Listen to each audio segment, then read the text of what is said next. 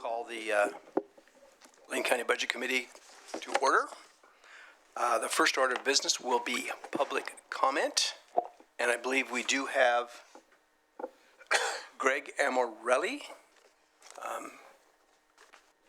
If you please come on up and state your name and address, please, and you will have 3 minutes when you start. So please go ahead, sir. All right, name and address, you said? Yes, please. Greg Amorelli, 32949 East Lincoln Way, Coburg, Oregon. Thank you. I'm here speaking on behalf of the Lane County Sheriff's Office Health and Wellness Center that we've recently been working on. So I've been volunteering with the Lane County Sheriff's Office for about a year and a half, 2 years now. Actually, no, sorry, 2.5 years, to help create a health and wellness space for the law enforcement. As somebody who is myself a member of the military, so a member of the kind of the first responder tactical practitioner field, I wanted to kind of speak a little bit on the importance of having this kind of a space for our Lane County Sheriff's officers and deputies.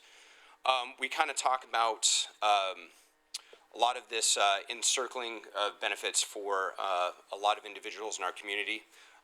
Talk about for homeless individuals. We talk about it for a lot of other aspects of our community as a whole. But I want to talk about it in the form of what are we doing for the law enforcement. It's no big secret that law enforcement doesn't always get the respect that they either want or deserve in the Eugene area. And I think their job is equally tough because of that fact. You know, they're in a situation where they're not necessarily dealing with the best that society has to offer. They then go out into the public and are not necessarily greeted with the respect and gratitude that they've maybe earned. And so kind of creating a space where we can focus on their mental health, their physical health, financial health, and also spiritual health. We kind of have the opportunity to give them back a little bit that they need to go out and do their public duty and do their service. Just some small statistics here. So, for example, regarding mental health, while the average citizen may experience 1 to 3 traumatic events in their lifetime, a deputy of Lane County Sheriff's Office might encounter 1 to 3 traumatic events before lunch. According to a 2020 study, because of severe strain and mental impact of the job, 26% of law enforcement officers develop mental health issues to include PTSD, depression, and nearly double that, the population percentage-wise of the regular population. Law enforcement experiences suicide rates that are 54% higher than the public they serve. As far as physical health goes, cardiovascular disease is the #1 killer of law enforcement, statistically speaking. They are 25 times more likely to suffer a heart attack than to die by on-the-job violence. Of those who have a heart attack, 40% will experience their first cardiac event around the age of 46. Okay. And of those who make it to the age of 55, they will face a 56% chance of a heart attack. Compared to the general public, who will experience a 1.9% chance. I kind of give you those statistics, and there's tons more. Sorry, am I out of time? You're out of time. Sorry, first time doing this. All right, thank you. Thank you, sir. Thank you. That is all the public comment that in person that I have. But we do have some virtually, I believe. We do, yes. Let's turn it over to Jason. And Jason. Yeah. Welcome to the public comment for May 22nd, Lane County Budget Committee for FY 24-25. The meeting is now open for public comment. If you wish to participate in public comment, I will ask you to raise your virtual hand to be recognized. You should see a hand icon on the device you are using to watch the meeting. Simply press the hand icon once to raise your hand. Once your public comment begins, your name will be called, you'll be unmuted, and you will be given 3 minutes for public comment. When your 3 minutes is up, you will go back to muted status and the next name will be called. You can then continue to watch the webinar for as long as you choose. We will give everyone who wishes to present public comment an opportunity to speak, but please note, in the event that there are more people wishing to speak than the allotted time allows, I may need to limit the number of speakers and/or reduce the time allotted to each speaker. Speakers will then be selected randomly to participate in public comment.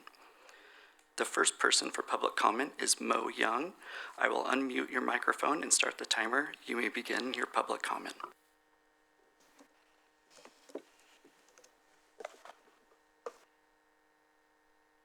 You may also need to unmute yourself on your end as well.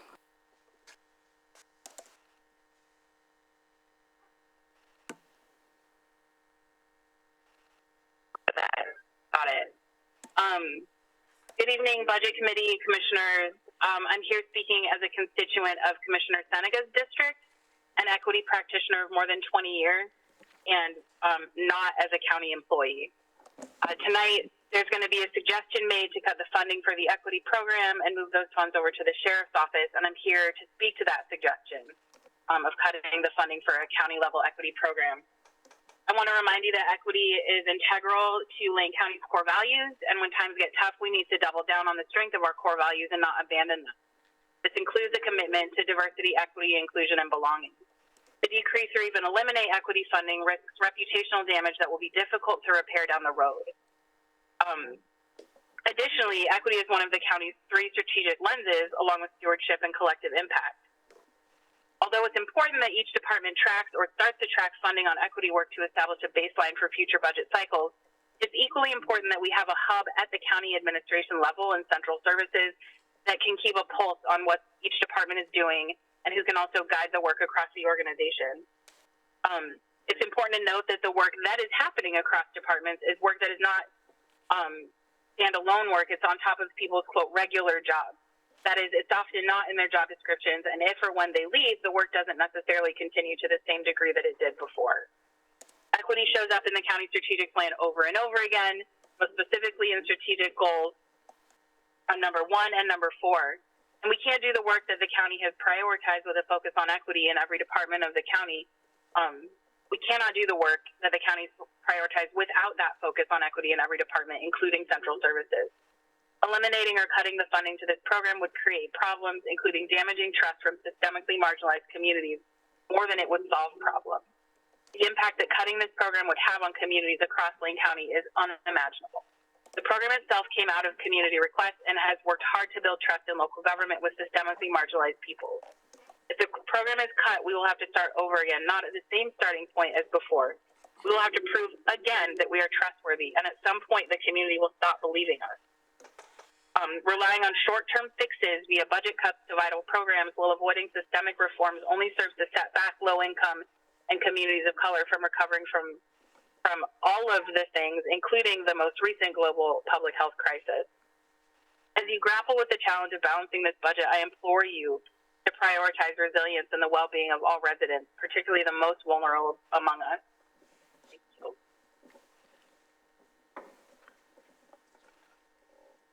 Thank you for your public comment. The next person to give public comment will be Eric Richardson. I will unmute your microphone and start the timer, and you may begin your public comment.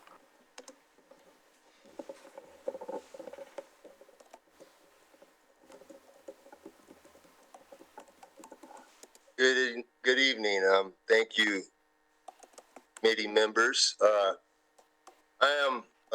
My name's Eric Richardson, excuse me. I'm a past president of the local branch of the NAACP. I've been there since 2012 to 2021. And I have great interest in the work of equity in our community, and as does, I believe, our law enforcement establishment.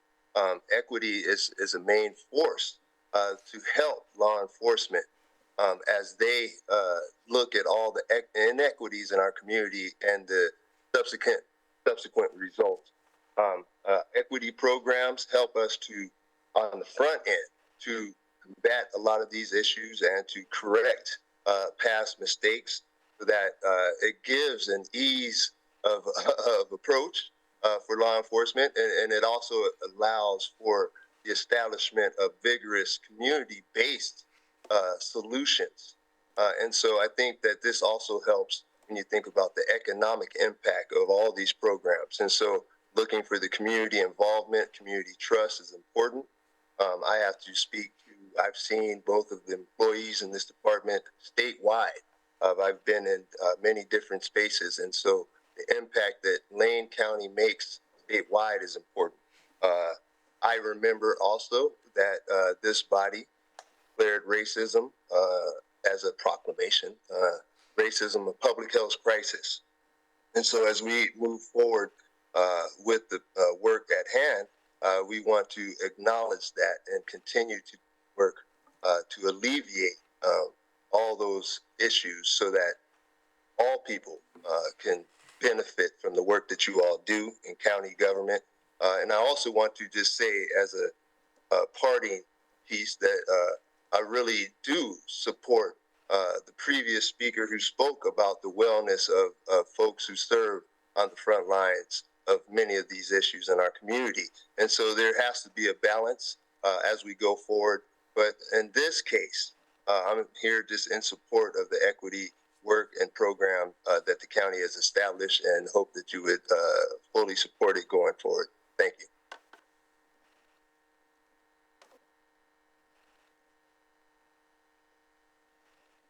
Thank you for your public comment. Our next speaker will be Andy L. Brown. I will unmute your microphone and start the timer. You may begin your public comment.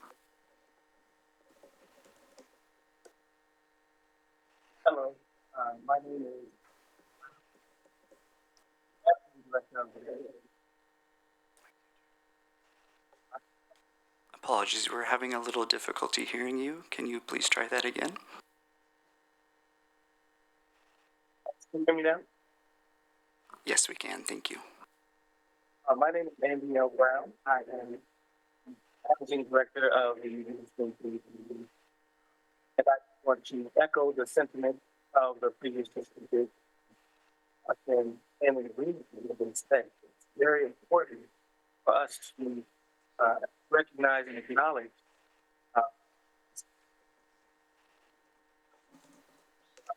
funding because we've seen what can happen in a community where people heard, they don't feel recognized, and we act.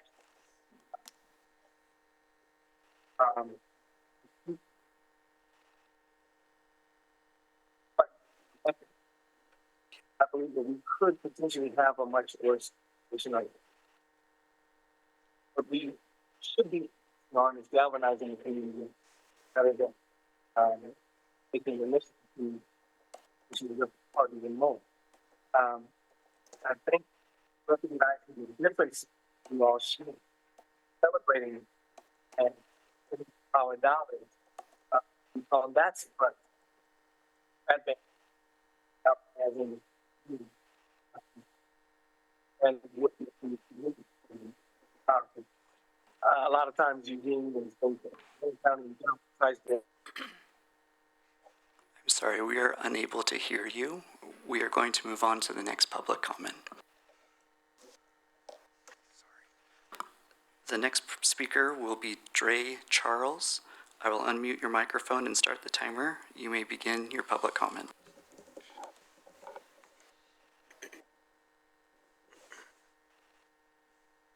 Good evening, Lane County Budget Committee.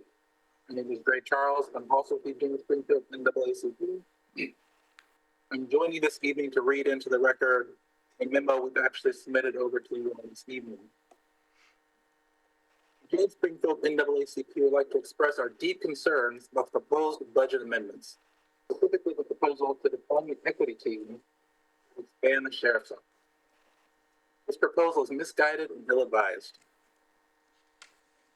Funding the equity team is a short-sighted decision that undermines the county's commitment to DEI. DEI initiatives have proven to benefit organizations financially by reducing risk and saving money. According to a Gallup poll, U.S. businesses lose approximately $1 trillion annually to voluntary attrition, exacerbated by the fact that less than 30% of underrepresented individuals feel heard or valued.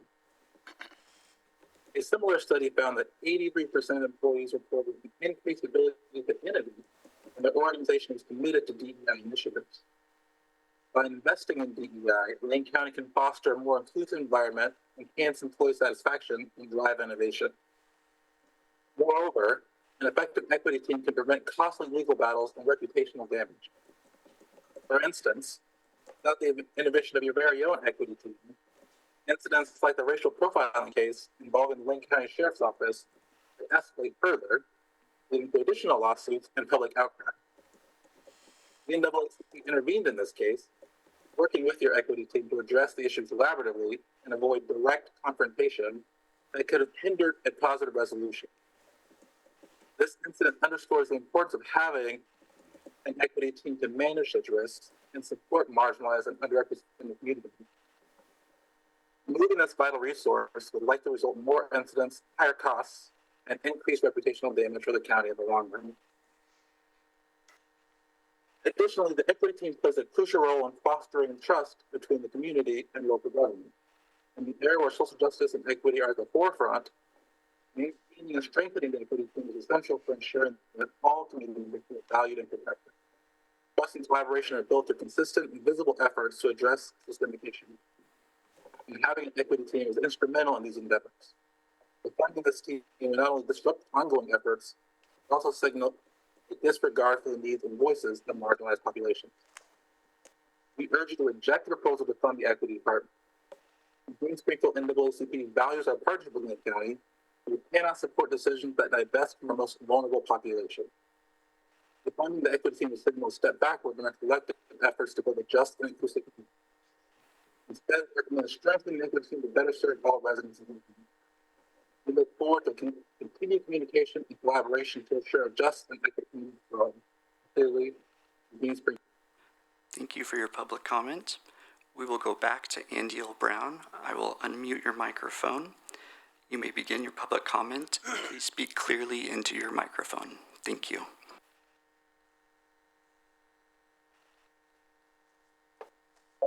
Hello? Hear me now? We can barely hear you. Can you please try again?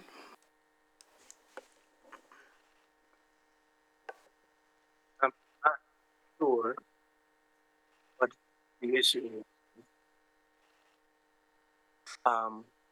Unfortunately, we are running into some issues. We're not able to hear you. Thank you for your public comment.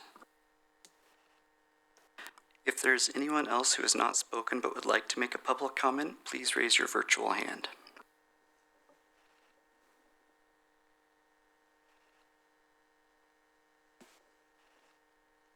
I don't see anyone else wanting to give public comment. This does conclude our public comment, and I'm going to turn it back over to Budget Committee Chair Weber.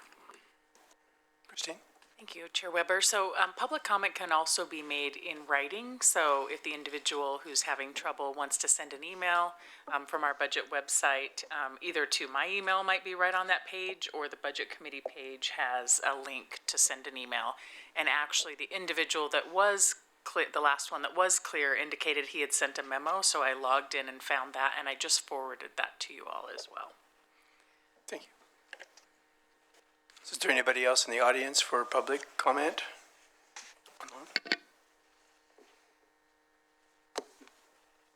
Seeing none, I guess we will close the public comment period. Thank you, everyone, for making your public comment. It's appreciated. Moving on to committee business, I think we have 3 sets of minutes to approve. May 9th, May 14, and May 16. If there's any corrections or changes, anybody has? Okay, seeing none, entertain a motion to approve all 3 minutes. Move to approve minutes dating from May 9th, 2024, May 14th, 2024, and May 16th, 2024 for the Budget Committee. Do we have a second? I'll second. Okay, it's been moved and seconded to approve the minutes from May 9, 14, and 16 of 2024. Any further discussion? Seeing none, all those in favor say aye. Aye. Aye. Motion carried. Thank you. I believe now we are going to talk, I'm sorry, go ahead. One other committee business. Okay, I'm sorry. Item that I did mention to you, Chair, but for the rest of the committee and the public, Herb Vlodman is currently on an airplane. So he had hoped to be landed and participate, but we're still going to see if he is able to participate via Zoom on an airplane. So we will all find out if that's possible or not. If we could take a break before you start deliberations, so it could be right before, just give us 5-10 minutes to see if we can reach him, and if we're able to do that type of Okay, so we participation. want to take a 10-minute break right now. Oh, Is that right? Is that what you want? no, I just the mean end? before deliberation. Okay. Yeah, would be fine. What if that's what we want? Whatever you want. Okay, so we'll move forward, and we have our county assessor here, Mary. Thank you for, on short notice, coming to talk to us. This came from our last budget session meeting, that we had some questions, that you had brought up some really good points. Thank you. And so we would like to expand, or have you expand on that for, if you would, please. Thank you. Thank you. Good evening, commissioners and committee members. I brought the experts with me. So this is Tara Smith. She's the appraisal manager, and Danny Urbatska. She's a property tax management appraiser or manager. There, that's the only flub I'm going to do tonight. So I am presenting this evening at the committee's request to provide additional information regarding return on investment for full-time employees in assessment and taxation, additional full-time employees. Okay. This first set of slides shows residential properties throughout the county by date of last inspection. This is meant to illustrate the rate of illustrate how out of date our residential property inventory is. So go ahead and just go through the slides. So what I did is we just took a snapshot of different areas. So the red and the orange are the oldest years, and they represent, the red is about 27 years since we've been to some of these properties. And you can see the key down below. I know the red and the orange are very, very close together. This is a heat map, but the city of Eugene it's staggering when we put this data and we mapped it to see how many properties we haven't been to in, the orange indicates we haven't physically had boots on the ground in 19 years, and the red means 27 years or more. So just, yeah. And then Springfield and Eugene and Cottage Grove. So let me catch up with my slides and my notes. So how did we get here? Before the passage of Measure 47 and 50, Lane County Assessment and Taxation was on a 6-year reappraisal cycle. The 6-year reappraisal cycle ended in 1996-97, and subsequently 35.5% of all residential properties haven't been inspected since 1997. So it's hard to quantify return on investment when we're looking at such a pervasive problem and inventory that's not accurate. So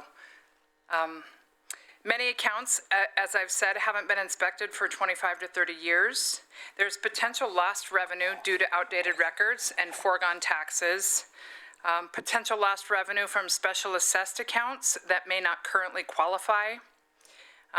Reduction of 14 FTE between 2010 and 2012, and we've recuperated 1 FTE since then.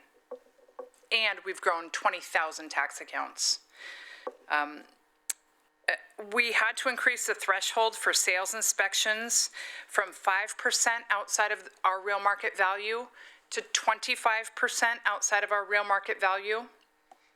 So there's value in between our real market value and those percentages. So this set of slides is there.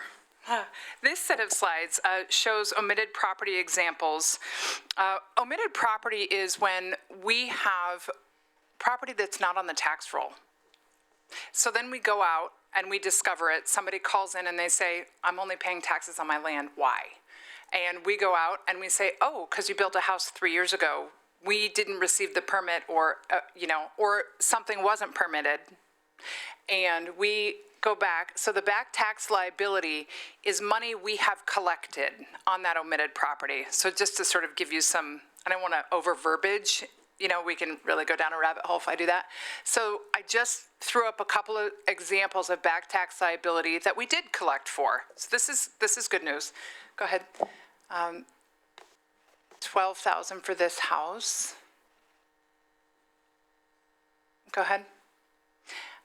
So pause for a second on this side, please. So for omitted property, we can collect for the current year +5. Any improvements that were added to a property prior to that time frame is value and subsequent tax revenue that we leave on the table. We can never collect it, and it is called foregone taxes. So just to bring you into the next sort of set of slides that you'll see the foregone tax estimate. This house is on Monroe. Go ahead.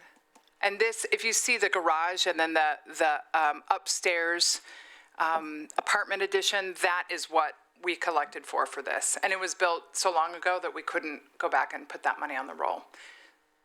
Go ahead. So just to do a recap of our current asset overview, we have 190,000 property tax accounts.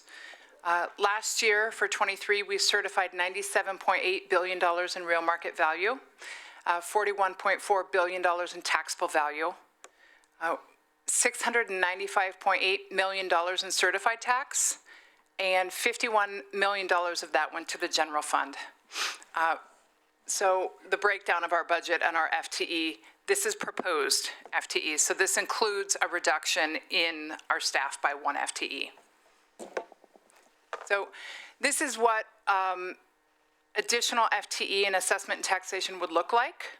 So 2 property appraiser 2s, 1 senior management analyst, retain our assessment and taxation specialist, and vehicles, because we have to drive out to those properties and drive all around the county. So that's the total if we were looking at this ad package, if you will.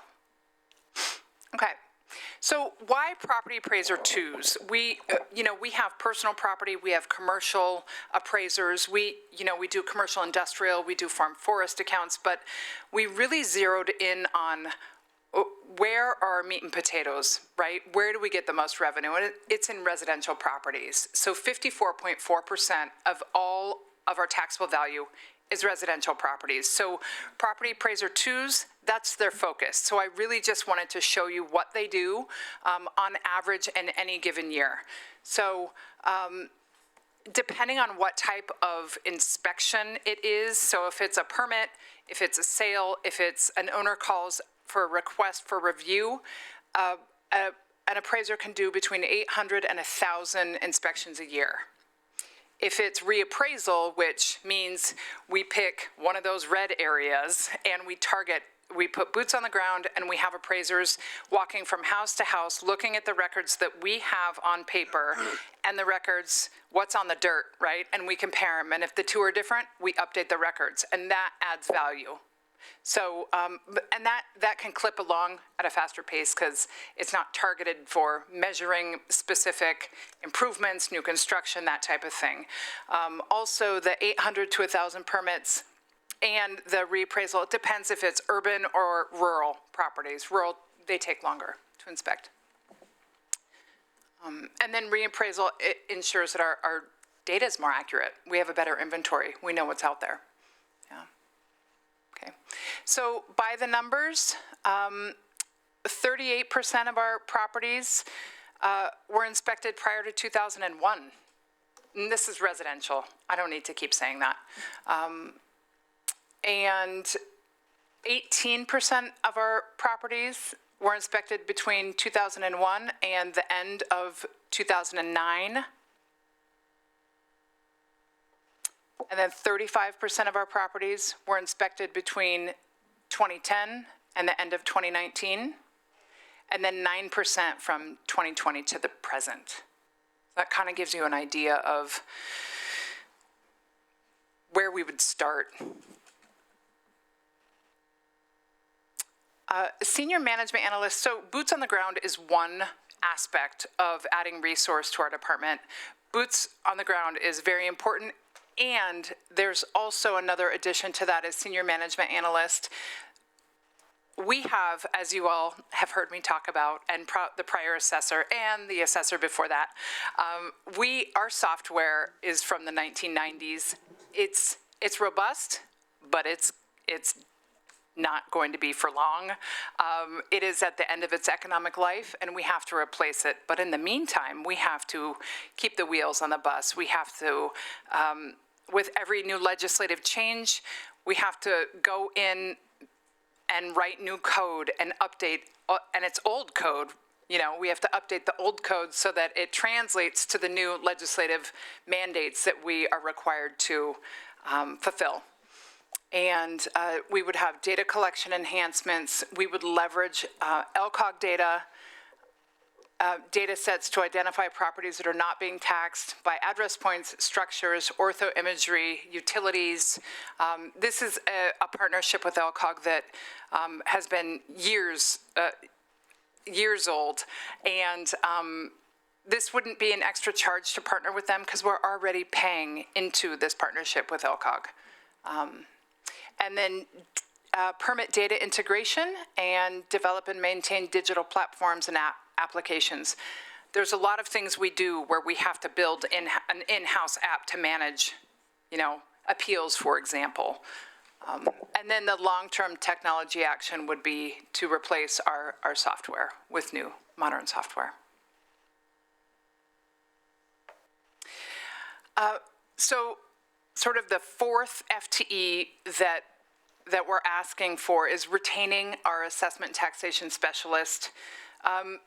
I think it's really important to understand that it's not just boots on the ground, it's not just technology, it's the people, Commissioner Farr, as you know, who help our customers, right? Who help everyone who comes to our office, makes a payment. Every deed that is recorded in this county gets looked at and processed by an A&T specialist. We do title transfers we help with title transfers for manufactured structures. We answer calls, we do mailing address changes, site address changes. So what we did is we just captured what one specialist does on an annual basis. And they also process roll corrections. So going back to the omitted property slides you saw, that all takes, if we add new appraisers in the field, they're going to generate more roll corrections. So we have to have a balance in the work. We can't add in one spot and think that that's it, right? It has to be a balance of you go out and get the value, and then you have to process all the things, all the paperwork that comes along with adding those improvements and adding that value. Does anyone have any questions? I've just thrown a lot of data at you, and I can wait till the end, or we can. You thinking? Okay, let's go. Oh. Yes. Just for clarification, the reason that I do know. Chair. Pardon? I just couldn't tell who you were calling on, Chair. Thank you, Chair. The reason that you called me out just now is because very recently, just last week, I had an opportunity to compliment some excellent work by members of your staff who took me through your office and showed me the very things that you were talking about. Mm-hmm. That was Carly Welty and Jessica Swigert who, mm-hmm. My gosh, it demonstrated to me exactly what you're talking about. That's the only reason that the assessor called me out just now. Yes. Yeah. Commissioner Trigger? Thank you, Chair. Just for clarification on the omitted value, so you can never recoup that difference, is that right? Or just when you first bring it back up to, or when you first go out and recognize the improvements, say, and bring it up to current, does the current value include the total value? And what's being left on the table is whatever accrued during those years? That's a really good question. Do you mind going back to maybe the first? I'm glad you understood what I was asking. Yeah, no, so the back tax liability is what we went and collected, and that is for the additional improvement. But the foregone tax estimate, we can never recover, but the, once it is now on the rolls, it is now on the rolls at the value it should be. So it's not a compounding forever problem, but there is that lump sum that we have to forego. Yes, yes. And the back tax liability is the current year plus 5. And then anything prior to that, we have to just, Foregone. yeah, Great, thank you. yes. Anybody else? I included the University of Oregon study that was presented to the board in June of 2023, just to highlight again what they found and what they concluded is that more FTE would equal more revenue. In the executive summary, they called out, they actually looked at 509 properties out of 4,000 within the Eugene urban growth boundary, and they concluded that $22.7 million in real market value and $227,000 in taxable revenue is being left on the table. So, did I say 1,000? 227,000? I didn't mean dollars, or just dollars. Anyway. Is that clear? I just tried to confuse it. Okay. And in 2017, there was another study done. This was a collaborative effort by multiple counties. Multiple assessors got together, received a grant from the state of Oregon, pooled their resources, and focused on personal property non-filers. And so this is the return on investment from that study. Specific to Lane County, it equaled $10.7 million in real market value, an increase in tax receipts of around $157,000 for the first year. And let me just point out that when we add value to the roll, it's not just for the first year. It rolls forward, correct? That's a baseline understanding. It rolls forward and it grows by 3%. The MAV grows by 3% a year. So it's not, realized for 1 year. Thank you. Just for clarification, that 157,000 is the total in tax receipts. So Lane County's portion is 11 to 12 cents on those dollars, correct? Or is that Lane County's portion? That is the total. And also, the public awareness campaign generated an increase in personal property tax filings for a total of 511,000. So in addition to that, they were able to track both. Yeah, which also rolls forward, but those are total for all 85 districts.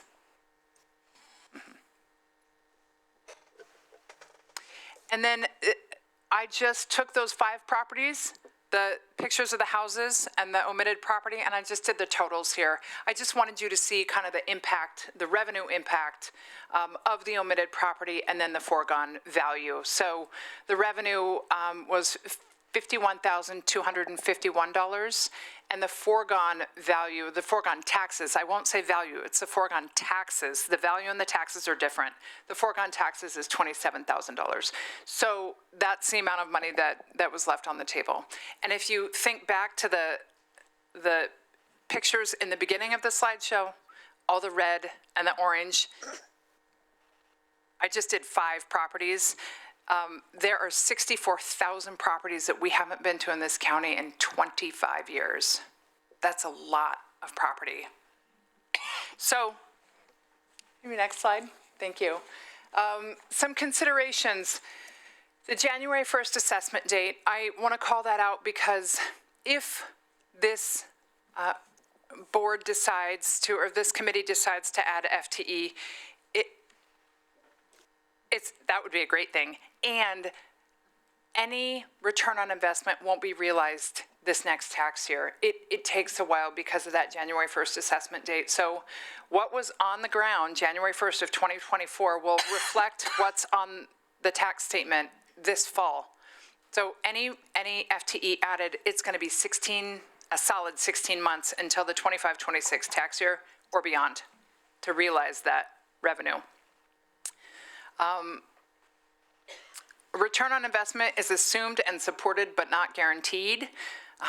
So things that can impact return on investment are the market, interest rates, housing conditions, housing starts, large value appeals and roll corrections, Measure 47 and 50, the 3% maximum assessed value annual increase. The Measure 5 constraints, acts of God, and flipped accounts. So accounts at RMV at or less than the maximum assessed value. So they would pay not at the 3% increase.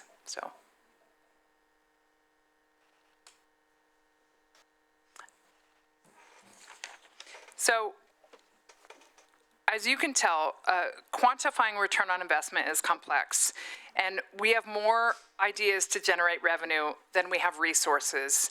But I thought I'd give you some examples to at least have another conversation, and hopefully I answered some of your questions. Thank you. Thank you, Mary. Are there any questions anymore? Thank you. Thank you.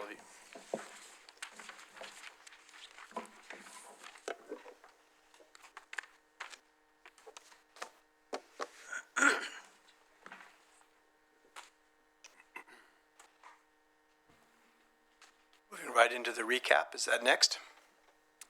Well, typically, yes, I'll give a little recap for you. I don't have a lot to say, but maybe just a recap of our process and some of the dynamics that we're working with this next year, and welcome any questions that committee members may have. Again, appreciate your time and contribution to this process so far. This annual budget process is many months in the works. We start in January with a leadership team meeting with the Board of Commissioners and other leaders in our organization. We talk about the challenges ahead that we face. We hear from different leaders in the organization and in the community about economic challenges and certainly our budget challenges. So I'll just start with the budget complexity. We've talked a lot about, so it'll sound a little bit like a broken record, but it's really important to remind ourselves that we're facing a couple of challenges in Lane County. The sort of typical challenge that most city and counties are facing, rising expenses that are growing faster than our revenues. That creates a gap, particularly in our general fund, which is where our discretionary revenue is. And so we need to make decisions to bring those expenses in line with our revenues and do everything we can to avoid significant cuts in services for the community. The other challenge that is more unique to Lane County is what I call an artificially low permanent property tax rate. Because of our historic reliance on timber funding, that artificially low rate did not need to be higher because we had funding that we received payments from logging on federal lands, and as those payments declined over the decades, property tax caps went into effect in the mid-90s, and we've been frozen in this position.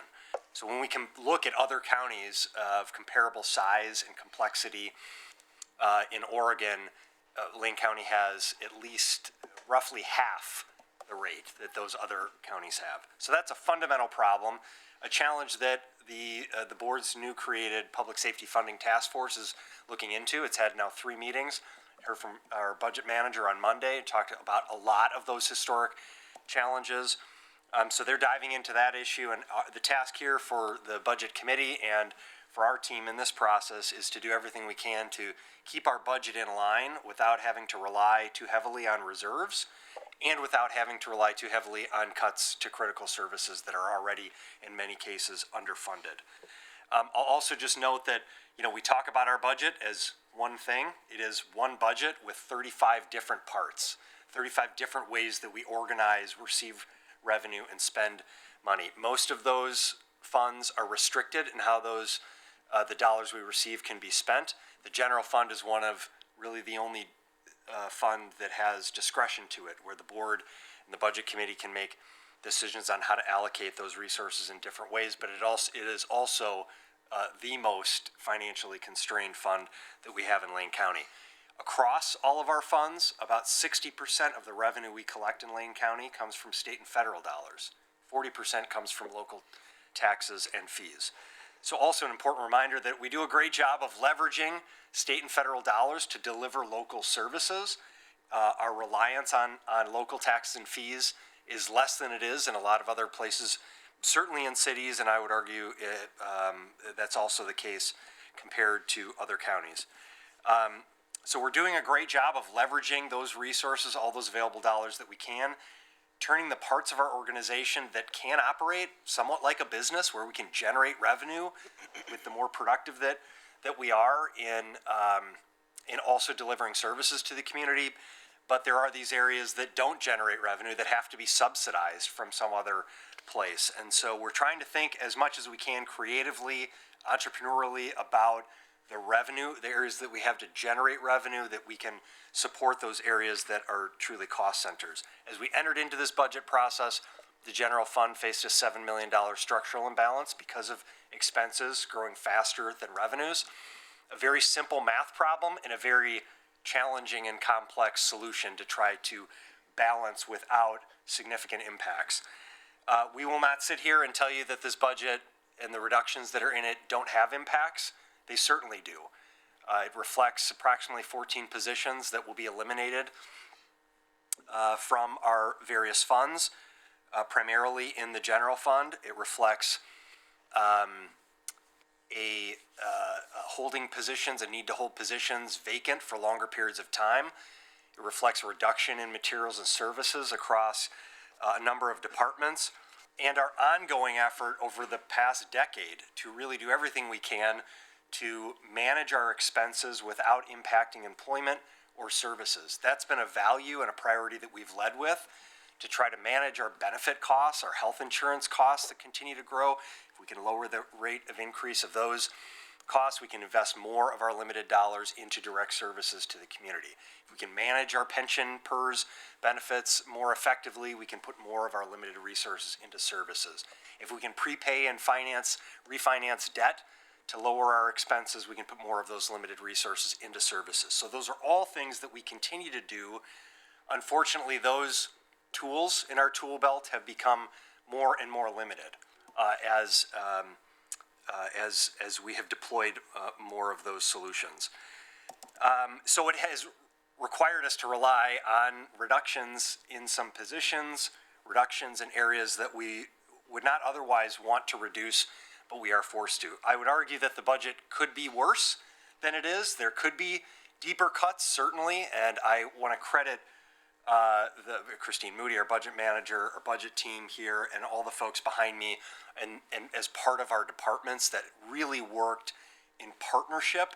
It's a large organization, and one of the great things about Lane County is that we do work together in collaboration to try to move as one organization with a lot of different parts, but recognizing that we all need to be successful in doing the work that we do to meet the needs of the community. And it really is a credit to all of our leaders and staff in the organization that pull together during this budget process to do everything we can to make the reductions that we need to make without having the impacts being felt at the level that potentially they could be in the community.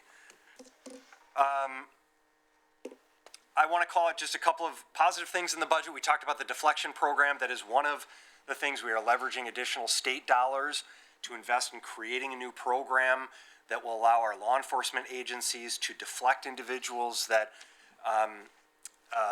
that are in the process of engaging with law enforcement through substance abuse, and connect those individuals to treatment, as opposed to send them to the jail or the emergency room or do nothing, which was essentially the option under Measure 110. So very innovative and leading program that we're excited to be in the process of developing. A credit to our public safety team of officials that are working in collaboration to get that off the ground. The other small initiative, but initiative nonetheless, that I failed to mention at the budget kickoff was our LIFE program. This is the local incident fund for emergencies. One of our learnings from the ice storm was that we need to have available dollars to tap into in an emergency so that we can make quick decisions, whether that's allocate resources to a nonprofit community-based organization to open up shelter beds, or contract with an organization in the community to remove debris in different areas, that we have the ability to respond quickly to emergencies. So that LIFE fund is seeded with one-time dollars, that a limited amount of dollars, mind you, but that will allow us to respond quickly in those events. I made a comment on the opening night, and I would just recall that, despite a scarcity of resources that we have in a number of places, in some places we've grown, right? We have grown our workforce and the size of our budget over the course of the past decade by over 40%. Our workforce has grown from about 1,300 employees to about 2,000 employees. And that sometimes is a confusing message. How is it that we've generated so much more revenue in these different places, leveraged state and federal dollars, grown, added positions in certain places, but we're also in the position of having to reduce?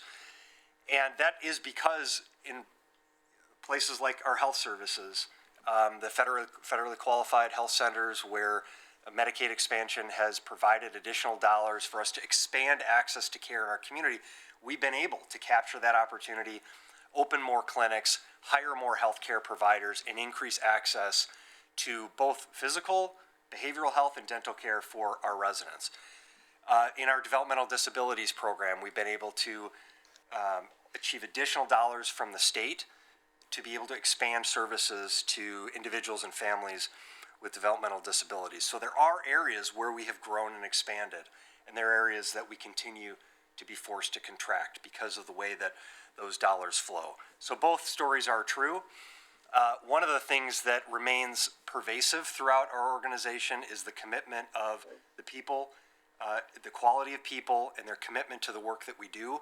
Here in Lane County, we have leaned in to the work to really create this culture of belonging, the idea that all employees that we hire to do the work on behalf of Lane County should feel supported, engaged, embraced for who they are and for the work that they do, and given the tools to meet the needs of the communities and the individuals that we serve. So investing in that culture within our workforce, and always having in mind, first and foremost, the people that we serve is something that we continue to have a great deal of focus on. I think I'll stop there. And again, I just want to thank our budget team and Christine Moody, who sometimes we forget how blessed we are to have talent in certain places. And before this, the sheriff stopped over and was thanking Christine for all of her expertise and historical knowledge and insights that he learned after nearly 3 decades here in Lane County, things he was still learning at the Public Safety Funding Task Force because of the information that Christine was sharing. We're blessed with Christine and the budget and financial management staff that we have in Lane County, and the great work of all of our staff. So thank you very much, Mr. Chair. Happy to answer any questions. Any questions for Steve? Seeing none, do we want to try our break now for Yes, if we could, if everyone would like a short break, we'll try the technology out. and 5 minutes, 10 minutes? What would you prefer? Yeah, maybe 10. 10, all right? People 10 to- minutes, once you get a hold of her. Okay, 10-minute break. Thank you.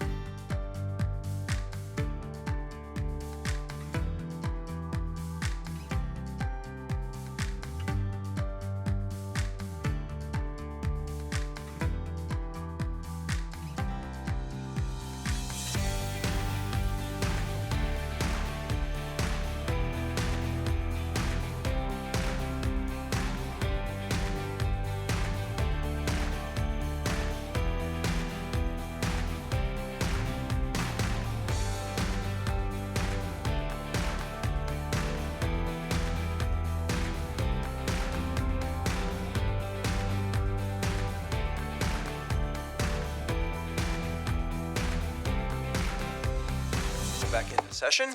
And Christina, you have some updates for us. Yes, so unfortunately Herb was taking off right as we took the break.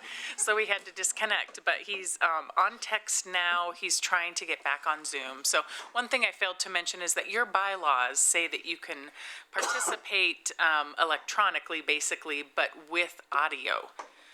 So means he can't just text. He does need to be able to speak on Zoom. We've talked with legal counsel about that today. So I think we're just going to have to live test it when we get to that point to see if he's been able to come on when you get to a vote. And he sends his apologies for the struggle. So that's the update on him. And then if you would like me to go through maybe the process just a little bit. I know we did it a little bit at the last meeting. We gave you the one handout, but you will have in front of you what we emailed to the committee, which is the proposals that have been submitted. The first one is from the Department of Health and Human Services. You heard about that through their presentation to you. Where they've received additional funding, and so that's the revenue and expense there and some FTE being added. And then you have 3 other proposals that have been submitted by committee members. So you'll notice at the top of that first page, it talks about these are the known issues, and usually the first step is for the committee to vote on whether you even want to take it forward for discussion, to hear more from the person making the proposal. So you would want at least 4 votes in order to take it to the next step for discussion. At that point, the committee would hear from whoever's making the proposal to give you more details and have that discussion. And then there would be another vote where you would need at least 6, the majority, in order to pass it and include it in the budget. So once we get through that, we'll have motions for you. And then the process, just to remind everyone, that's going to be the approved budget once you finish your work tonight. And then it will go to the Board of Commissioners. So there will be a public hearing on June 11th. That's a public hearing on the approved budget, what was approved tonight. As we mentioned before, the committee members do not need to attend that. It is a board meeting, but you're welcome to attend, of course. And then after that June 11th, on June 11th, we will also tell the board about proposals that we're hearing from departments. Lots of things, just changes that have happened that they need to get into the budget before adoption. So that will occur on June 25th.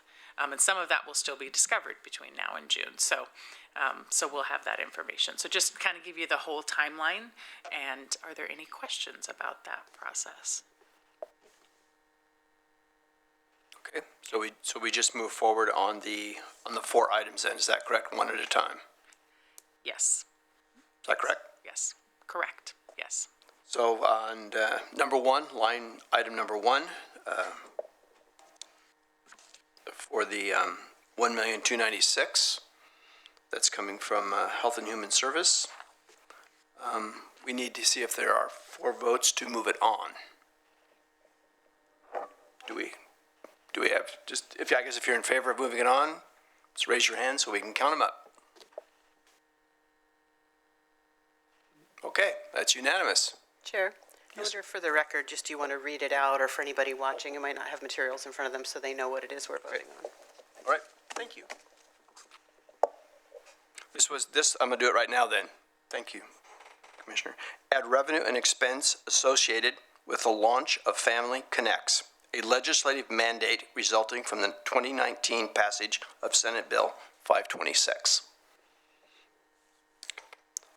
So we have discussion now, or do we have input, I assume, from Mr. Evans, is that correct? If you want further explanation, you did receive a memo from the department, or you can go through this entire list and then go to discussion rather than jump back and forth. So what I've seen the committee do in the past is go through this list first, figure out what you're then taking on to discussion and have the discussion, but really it's your process, so whatever works for you. All right, we'll move on to item number 2, which is to restore 1 court transport deputy, $156,719, and 1 jail records clerk, $108,331 in the sheriff's office. Total increase, $268,050, all ongoing expense. Reduced 2 FTE and related M&S inequity program. Total fiscal year expense reduction of $362,854, $87,085 from the ongoing general fund. So do we have, I guess, same process? Do we have four votes to move it on for further discussion? Which one discuss? So I have a question. Yes, sir. So there's no discussion right now to any of these items?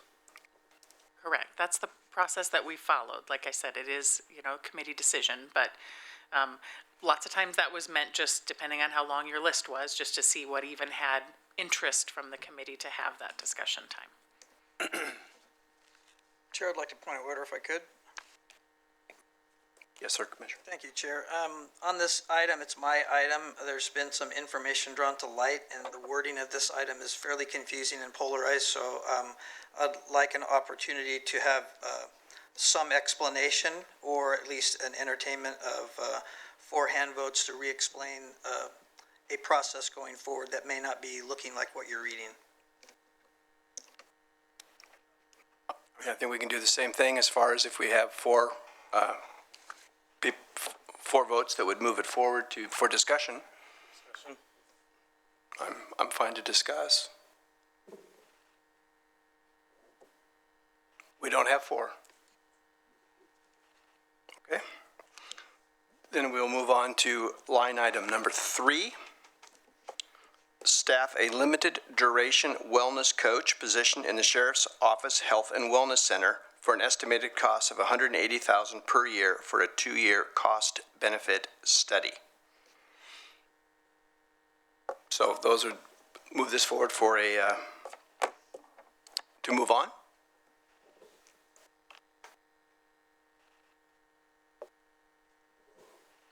We don't have 4.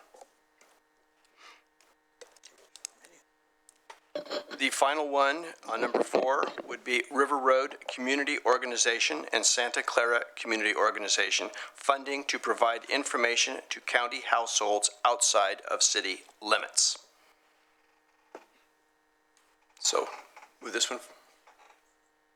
Okay, so that one will move forward. So we have number 1 and number 4 were moved on for discussion from or input from the proposer, although like you said, on number 1, we did have a written proposal for what that was. So I don't know if we want to hear that, or if we just want to go for the vote. I'm going to lead to our expert on process. No, I'm sorry, I didn't bring my iPad. I don't have the motion language, so I'm guessing staff has that. But also, again, for the public, just want to make sure folks know this is an item that staff identified. There is a revenue amount that matches in equal the expense. Is there any further discussion on this, or, Commissioner? I don't actually know which email the memo was associated with, and I don't, well, there we go. We have motions up there. But that's different. Those are the final motions, yeah, so those won't be until we go through this. So it was a memo handed out to you. Thank you. When My each committee HS person's on the dot. Yeah, Thank you, Chair. I have it now, yeah.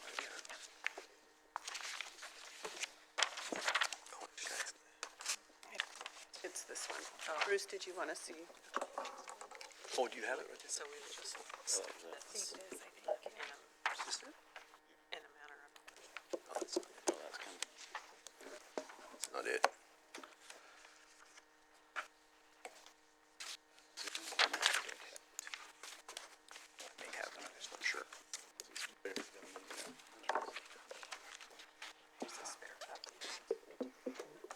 Here, Bruce, here's a spare copy. Okay. It's in here somewhere.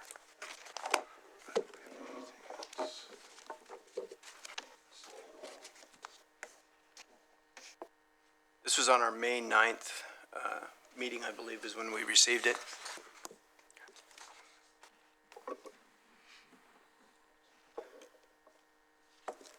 Did you want to see it, Commissioner? I can read it, or do you have it? I found it in the materials. Okay, good. Thank you.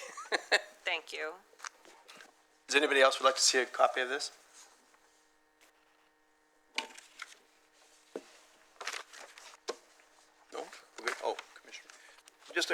question, if I may. This is a revenue in, revenue out, equal number.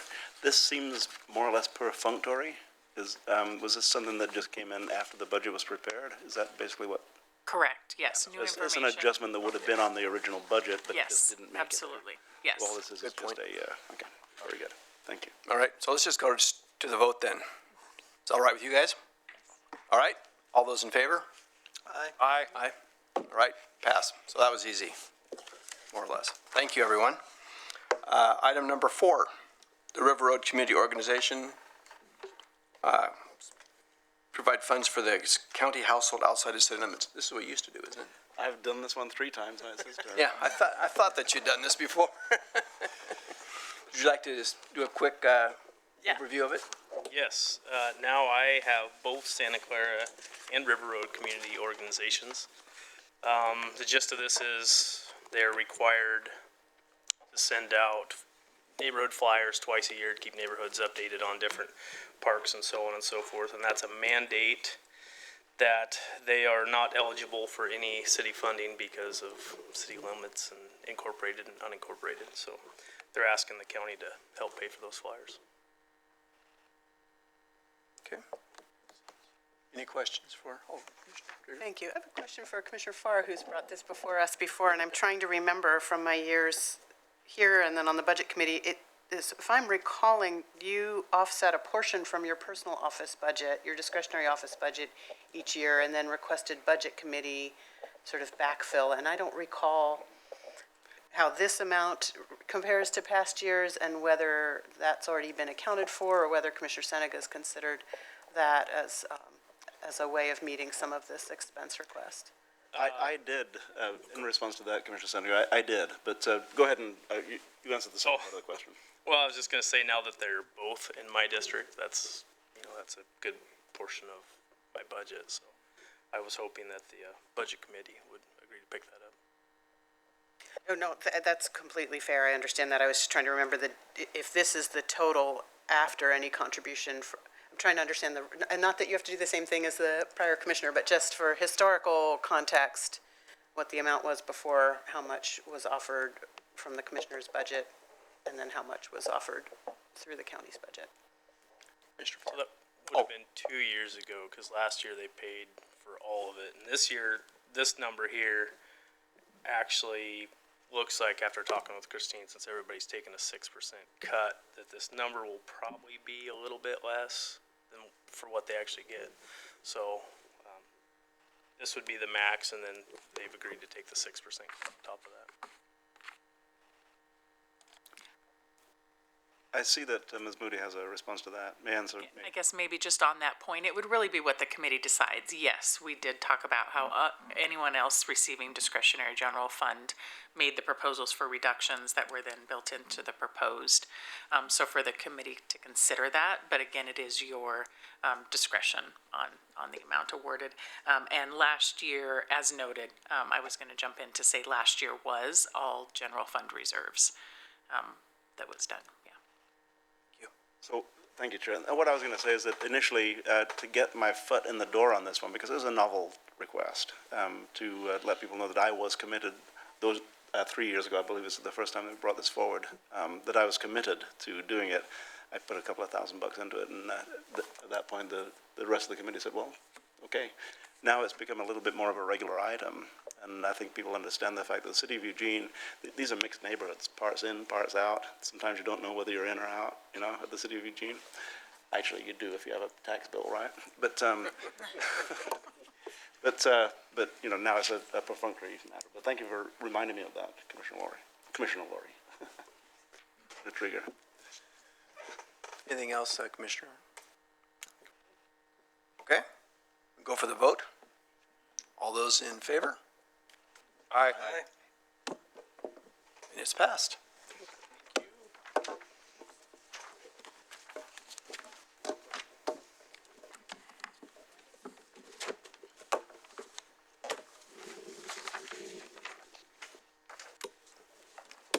think you are to the final motions now. To the motion, okay. Bring them back up on the screen. Okay. unless there was anything else from the committee, of course. Again, your process, so.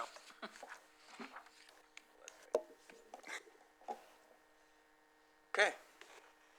Chair, I think, Yes. Mr. Farr, did you have your hand up too? No, I was just going to make a motion. Oh, all right. We just didn't have an opportunity to respond to public comment, and I didn't know if Oh, okay. there was an opportunity to do that. It's fine with me, so Commissioner Tricker, please go ahead. Thank you. I just wanted to thank community members who came out. We don't often have public comment at our budget meetings, so very much appreciating that. And to the folks from the Hawk, from the Health and Wellness Center, several of us commissioners had an opportunity to tour it. It's a phenomenal pilot project and a really important one. And I don't want to speak for my colleagues on the board, but I think we all very much appreciate the work happening there and the importance of it.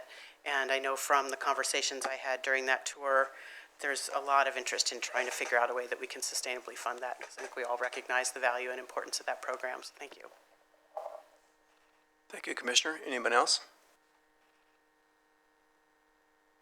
Okay, we'll move on to the motions now. The first one, I believe, is for the permanent tax rate. Commissioner Farr? Thank you. Chair, I move approval of the fiscal year 2024-25 Lane County permanent tax rate of 1.2793 per $1,000 of assessed value. Second? It's been moved and seconded. Any discussion? Can we double that? Okay, that's it. Do I have a second? No, it's good. Okay, all those in favor of the motion? Aye. Okay. Motion 2, the local option tax, maintain jail and youth treatment beds. Right, motion for that one? Thank you, Chair. I'd like to move approval of the fiscal year 2024-2025 local option tax to maintain jail and youth treatment beds in the amount of 0.55 cents per 1,000 assessed value, with 0.50 cents for jail services and 0.05 cents for youth services. Okay, it's been moved and seconded. Discussion? Those in favor? Aye. Aye. Passed unanimously. Motion 3, local option tax for support 4-H and OSU extension programs in Lane County. Commissioner Beck? We're taking turns, so. Yeah. I'll take a turn. I move approval of the fiscal year 2024-2025 local option tax to support 4-H and OSU extension programs in Lane County in the amount of 0.028 per 1,000 assessed value. A second? Discussion? All those in favor? Aye. Passed. And motion 4, local option tax to fund Lane County parks. Motion. Commissioner Seneca. Yes. I move approval of the fiscal year 2024-2025 local option tax to fund Lane County parks in the amount of 16 cents per 1,000 assessed value. I'll second. It's been moved and seconded. Discussion? Those in favor? Aye. Passed.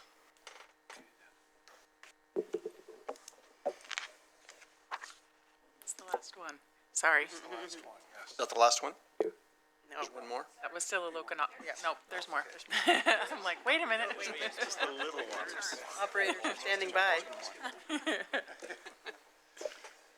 There we go. We need 5 and 6, five, yes. there we go. Perfect. All right. Motion 5, transit room tax dollars. Motion? Commissioner Trigger. Thank you, Chair. I'll move approval to allow the use of transient room tax dollars for operational purposes consistent with Lane Code 4.005.175F through H and ORS 320.350 as follows. Lane Event Center, $1,858,944. Lane County Parks Division, $792,395. Second? It's been moved and seconded. Discussion? Those in favor? Aye. And motion 6, the entire 24-25 budget with adjustments. I move that we move approval of the entire fiscal year 24-25 budget with all adjustments approved by the Budget Committee. Second. Been moved and seconded. Discussion? All right, to Biggie. All those in favor? Aye. All right. Unanimous. That's good. What else do we have?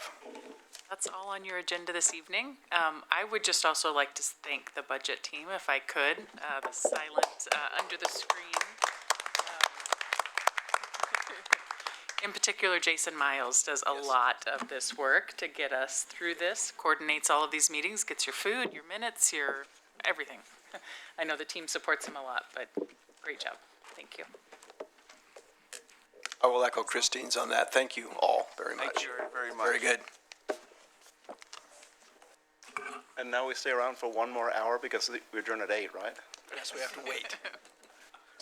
If there's nothing else, then we are going to adjourn the Budget Committee. Thank you, everyone. Thank you, Bruce. Chair,